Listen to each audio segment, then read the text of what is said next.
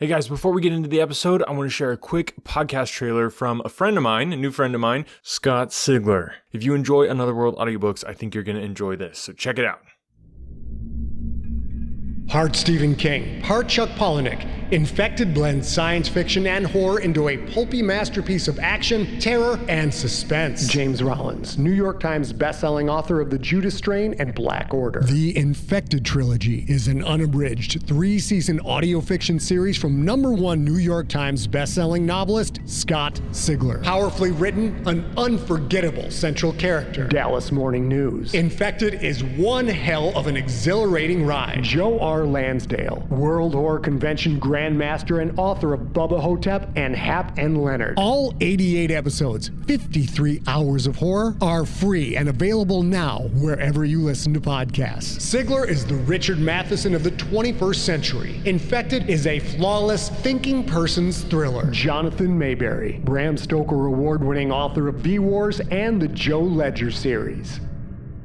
Huge shout out to Scott, and thank you for allowing me to put this on my podcast to tell other people about it. Make sure to check out his stuff at scottsigler.com/books. So it's SCOTTSIGLER.com/books. And then you can also just look up whatever podcast player you're using. You can go ahead and just search Scott Sigler, and that will pop right up his podcast. Check it out, subscribe, and make sure you let him know, maybe leave a review and let him know that you came from Another World Audiobooks.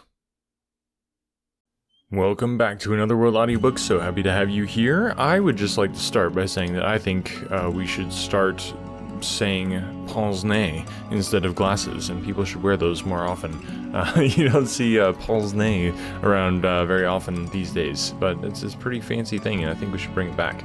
It definitely helps in this case, as we shall see. So yeah, I hope you guys are enjoying the book so far. Let me know. I'd love to hear from you if you did want to leave a review or something like that. I guess that's something people still do for podcasts. And I guess it should be easier now. I think most people listen on like Spotify. Apple Podcasts, or as it used to be known as iTunes, is notorious for being difficult to leave reviews. So things like Spotify, though, Castbox, those type of apps make it a lot easier to leave a review. Podcast Addict is another one.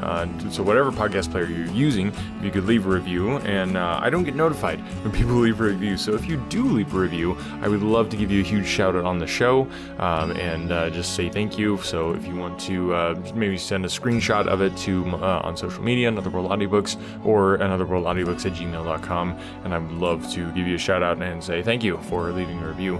It really helps a lot. People are checking out the podcast. They want to see that it is a good podcast, one worth listening to. So hopefully you think so. Obviously you're listening to it, so hopefully that is the case. So without further ado, let's get into Chapter 10 of The Return of Sherlock Holmes. Chapter 10. The Adventure of the Golden Pince-Nez. When I look at the 3 massive manuscript volumes which contain our work for the year 1894, I confess that it is very difficult for me, out of such a wealth of material, to select the cases which are most interesting in themselves, and at the same time most conducive to a display of those peculiar powers for which my friend was famous. As I turn over the pages, I see my notes upon the repulsive story of the Red Leech, and the terrible death of Crosby, the banker.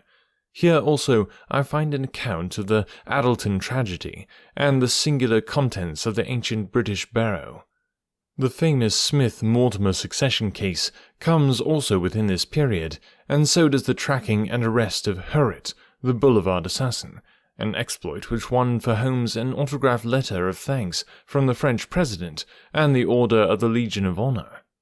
Each of these would furnish a narrative, but on the whole I am of opinion that none of them unites so many singular points of interest as the episode of Yoxley Old Place, which includes not only the lamentable death of young Willoughby Smith, but also the subsequent developments which threw so curious a light upon the causes of the crime.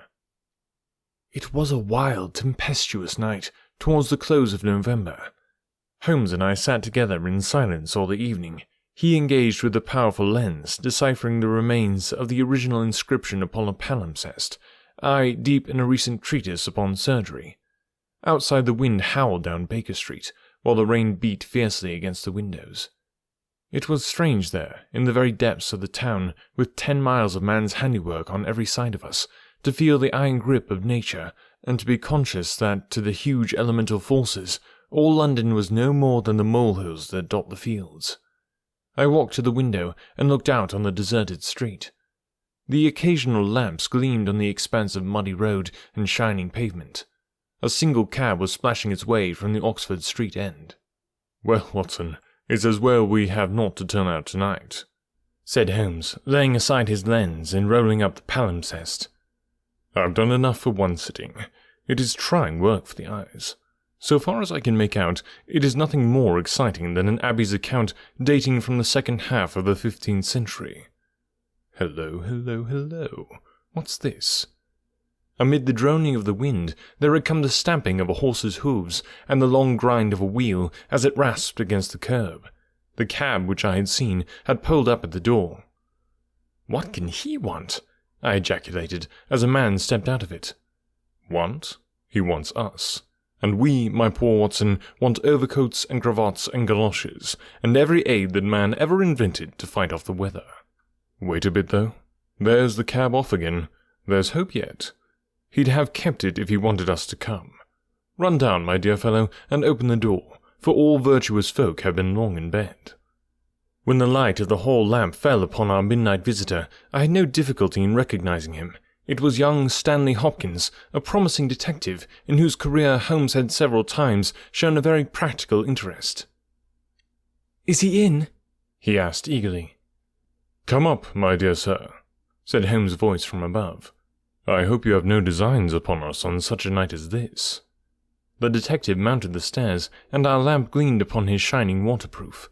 I helped him out of it, while Holmes knocked a blaze out of the logs in the grate. "Now, my dear Hopkins, drag up and warm your toes," said he. "Here's a cigar, and Doctor has a prescription containing hot water and a lemon, which is good medicine on a night like this. It must be something important which has brought you out in such a gale." "It is indeed, Mr. Holmes. I've had a bustling afternoon, I promise you. Did you see anything of the Yoxley case in the latest editions?" "I've seen nothing later than the 15th century today." "Well, it was only a paragraph, and all wrong at that, so you've not missed anything. I haven't let the grass grow under my feet. It's down in Kent, 7 miles from Chatham, and 3 from the railway line. I was wired for at 3:15, reached Yoxley Old Place at 5, conducted my investigation, was back at Charing Cross by the last train, and straight to you by cab." "Which means, I suppose, that you are not quite clear about your case?" "It means that I can make neither head nor tail of it. So far as I can see, it is just as tangled a business as ever I handled, and yet at first it seemed so simple that one couldn't go wrong. There's no motive, Mr. Holmes. That's what bothers me. I can't put my hand on a motive. Here's a man dead, there's no denying that, but so far as I can see, no reason on earth why anyone should wish him harm." Holmes lit his cigar and leaned back in his chair. "Let us hear about it," said he. "I've got my facts pretty clear," said Stanley Hopkins. "All I want to know is what they all mean. The story, so far as I can make out, is like this. Some years ago, this country house, Yoxley Old Place, was taken by an elderly man who gave the name of Professor Coram. He was an invalid, keeping his bed half the time, and the other half hobbling round the house with a stick, or being pushed about the grounds by the gardener in a bath chair. He was well liked by the few neighbours who called upon him, and he has the reputation down there of being a very learned man. His household used to consist of an elderly housekeeper, Mrs. Marker, and of a maid, Susan Tarleton. These have both been with him since his arrival, and they seem to be women of excellent character. The professor is writing a learned book, and he found it necessary, about a year ago, to engage a secretary. The first 2 that he tried were not successes, but the third, Mr. Willoughby Smith, a very young man straight from the university, seems to have been just what his employer wanted. His work consisted in writing all the morning to the professor's dictation, and he usually spent the evening in hunting up references and passages which bore upon the next day's work. This Willoughby Smith has nothing against him, either as a boy at Uppingham or as a young man at Cambridge. I've seen his testimonials, and from the first he was a decent, quiet, hard-working fellow, with no weak spot in him at all. And yet, This is the lad who has met his death this morning in the professor's study, under circumstances which can point only to murder." The wind howled and screamed at the windows. Holmes and I drew closer to the fire, while the young inspector slowly and point by point delivered his singular narrative. "If you were to search all England," said he, "I don't suppose you could find a household more self-contained or freer from outside influences. Whole weeks would pass, and not one of them would go past the garden gate. The professor was buried in his work and existed for nothing else. Young Smith knew nobody in the neighbourhood, and lived very much as his employer did. The two women had nothing to take them from the house. Mortimer, the gardener, who wheels the bath chair, is an army pensioner, an old Crimean man of excellent character. He does not live in the house, but in a 3-roomed cottage at the other end of the garden. Those are the only two people that you would find within the grounds of Yoxley Old Place. At the same time, the gate of the garden is 100 yards from the main London to Chatham Road. It opens with a latch, and there is nothing to prevent anyone from walking in. Now I will give you the evidence of Susan Tarleton, who was the only person who can say anything positive about the matter. It was in the forenoon, between 11 and 12. She was engaged at the moment in hanging some curtains in the upstairs front bedroom. Professor Coram was still in bed, for when the weather is bad, he seldom rises before midday. The housekeeper was busied with some work in the back of the house. Willoughby Smith had been in his bedroom, which he uses as a sitting room, but the maid heard him at the moment pass along the passage and descend to the study immediately below her. She did not see him, but she says she could not be mistaken in his quick, firm tread. She did not hear the study door close, but a minute or so later there was a dreadful cry in the room below. It was a wild, hoarse scream, so strange and unnatural that it might have come either from a man or a woman. At the same instant there was a heavy thud which shook the whole house, and then all was silence. The maid stood petrified for a moment, and then, recovering her courage, she ran downstairs. The study door was shut, and she opened it. Inside, young Mr. Willoughby Smith was stretched upon the floor. At first she could see no injury, but as she tried to raise him, she saw that blood was pouring from the underside of his neck. It was pierced by a very small but very deep wound which had divided the carotid artery. The instrument with which the injury had been inflicted lay upon the carpet beside him. It was one of those small sealing-wax knives to be found on old-fashioned writing tables, with an ivory handle and a stiff blade. It was part of the fittings of the professor's own desk. At first, the maid thought that young Smith was already dead, but on pouring some water from the carafe over his forehead, he opened his eyes for an instant. "The professor," he murmured. "It was she." The maid is prepared to swear that those were the exact words. He tried desperately to say something else, and he held his right hand up in the air. Then he fell back dead. In the meantime, the housekeeper had also arrived upon the scene, but she was just too late to catch the young man's dying words. Leaving Susan with the body, she hurried to the professor's room. He was sitting up in bed, horribly agitated, for he had heard enough to convince him that something terrible had occurred. Mrs. Marker is prepared to swear that the professor was still in his nightclothes, and indeed was impossible for him to dress without the help of Mortimer, whose orders were to come at 12 o'clock. The professor declared that he heard the distant cry, but that he knows nothing more. He can give no explanation of the young man's last words. The professor, it was she, but imagines that they were the outcome of delirium. He believes that Willoughby Smith had not an enemy in the world, and can give no reason of the crime. His first action was to send Mortimer, the gardener, for the local police. A little later, the chief constable sent for me. Nothing was moved before I got there, and strict orders were given that no one should walk upon the paths leading to the house. It was a splendid chance of putting your theories into practice, Mr. Sherlock Holmes. There was really nothing wanting. "Except Mr. Sherlock Holmes," said my companion with a somewhat bitter smile. "Well, let us hear about it. What sort of a job did you make of it?" "I must ask you first, Mr. Holmes, to glance at this rough plan, which will give you a general idea of the position of the professor's study and the various points of the case. It will help you in following my investigation." He unfolded the rough chart, which I here reproduce, and he laid it across Holmes's knee. I rose, and standing behind Holmes, studied it over his shoulder.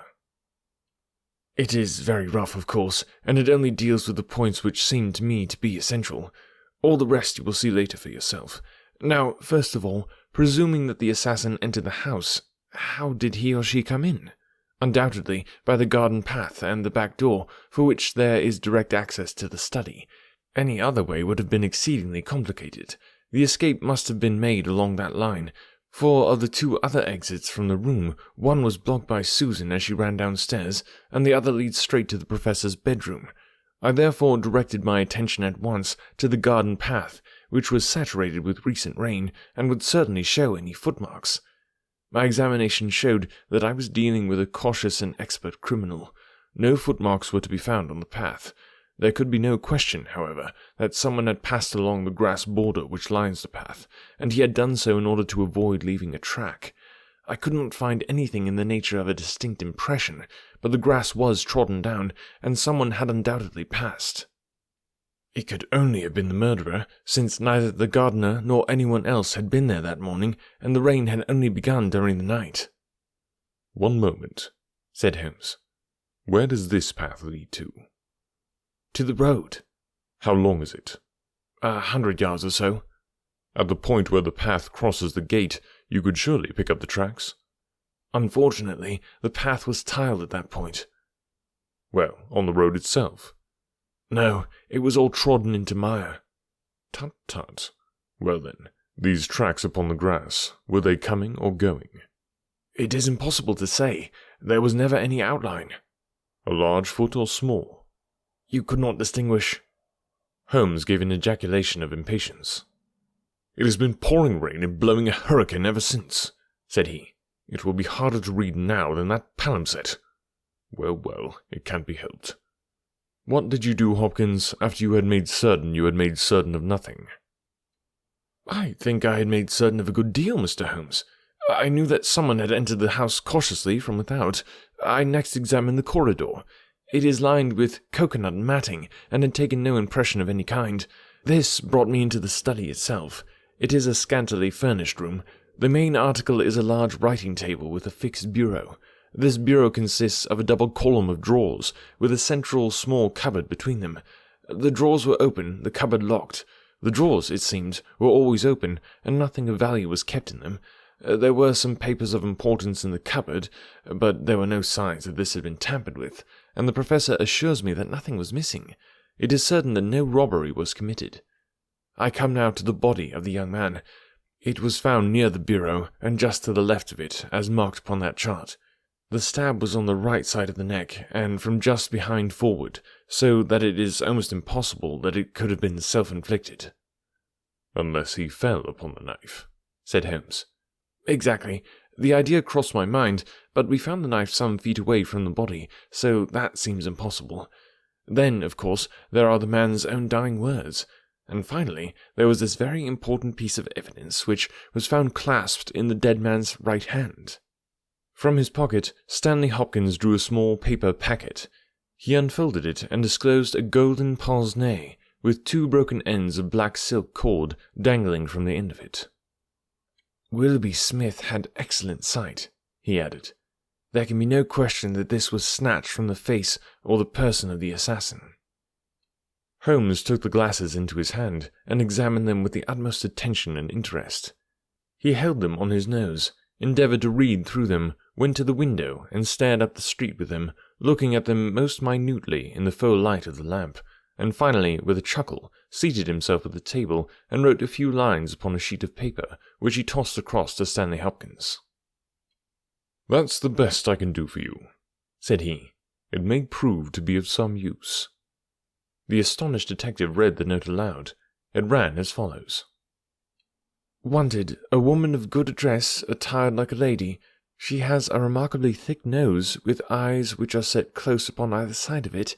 She has a puckered forehead, a peering expression, and probably rounded shoulders. There are indications that she has had recourse to an optician at least twice during the last few months. As her glasses are of remarkable strength, and as opticians are not very numerous, there should be no difficulty in tracing her." Holmes smiled at the astonishment of Hopkins, which must have been reflected upon my features. "Surely my deductions are simplicity itself," said he. "It would be difficult to name any articles which afford a finer field of inference than a pair of glasses, Especially so remarkable a pair as these. That they belong to a woman, I infer from their delicacy, and also, of course, from the last words of the dying man. As to her being a person of refinement and well-dressed, they are, as you perceive, handsomely mounted in solid gold, and it is inconceivable that anyone who wore such glasses could be slatternly in other respects. You will find that the clips are too wide for your nose, showing that the lady's nose was very broad at the base. This sort of nose is usually a short and coarse one, but there is a sufficient number of exceptions to prevent me from being dogmatic, or from insisting upon this point in my description. My own face is a narrow one, and yet I find that I cannot get my eyes into the centre, nor near the centre, of these glasses. Therefore the lady's eyes are set very near to the sides of the nose. You will perceive, Watson, that the glasses are concave and of unusual strength. A lady whose vision has been so extremely contracted all her life is sure to have the physical characteristics of such vision, which are seen in the forehead, the eyelids, and the shoulders. Yes, I said. I can follow each of your arguments. I confess, however, that I am unable to understand how you arrive at the double visit to the optician. Holmes took the glasses in his hand. You will perceive, said he, that the clips are lined with tiny bands of cork to soften the pressure upon the nose. One of these is discoloured and worn to some slight extent, but the other is new. Evidently one has fallen off and been replaced. I should judge that the older of them has not been there more than a few months. They exactly correspond, so I gather that the lady went back to the same establishment for the second. By George, it's marvellous! Cried Hopkins in an ecstasy of admiration. To think that I had all that evidence in my hand and never knew it! I had intended, however, to go round to the London opticians. Of course you would. Meanwhile, have you anything more to tell us about the case? Nothing, Mr. Holmes. I think that you know as much as I do now, probably more. We've had inquiries made as to any strangers seen on the country roads or at the railway station. We have heard of none. What beats me is the utter want of all object in the crime. Not a ghost of a motive can anyone suggest. Ah, there I am not in a position to help you. But I suppose you want us to come out tomorrow. If it is not asking too much, Mr. Holmes. There is a train from Charing Cross to Chatham at 6 in the morning, and we should be at Yoxley Old Place between 8 and 9. Then we shall take it. Your case has certainly some features of great interest, and I shall be delighted to look into it. Well, it's nearly 1, and we had best get a few hours' sleep. I dare say you can manage all right on the sofa in front of the fire. I'll light my spirit lamp and give you a cup of coffee before we start. Alright, we'll be coming at you with part 2 next week. Thank you guys for your patience. I have a lot going on in life right now. And so we're, just trying to make sure that I at least get out a good-sized episode for you every week. If you want more content, you can definitely go check out the backlist, obviously. We got a bunch of stuff up on YouTube as well. And you can also always buy the full audiobooks. If you search Another World Audiobooks on most audiobook stores like Google Play or anything like that. Let's see, Chirp is one of them. There's a bunch of them out there. If you search Another World Audiobooks, usually it'll come up. If you don't see that, then just search Brady Smith, and you should be able to find most of the audiobooks from Another World on there. So hopefully you guys enjoyed that, and I will be getting another episode ready for you and getting that out here next week. Thanks for listening and sharing the podcast. That is really the best way to help us grow and make sure that we continue to produce awesome stuff for you. So thanks guys, and we'll catch you next week.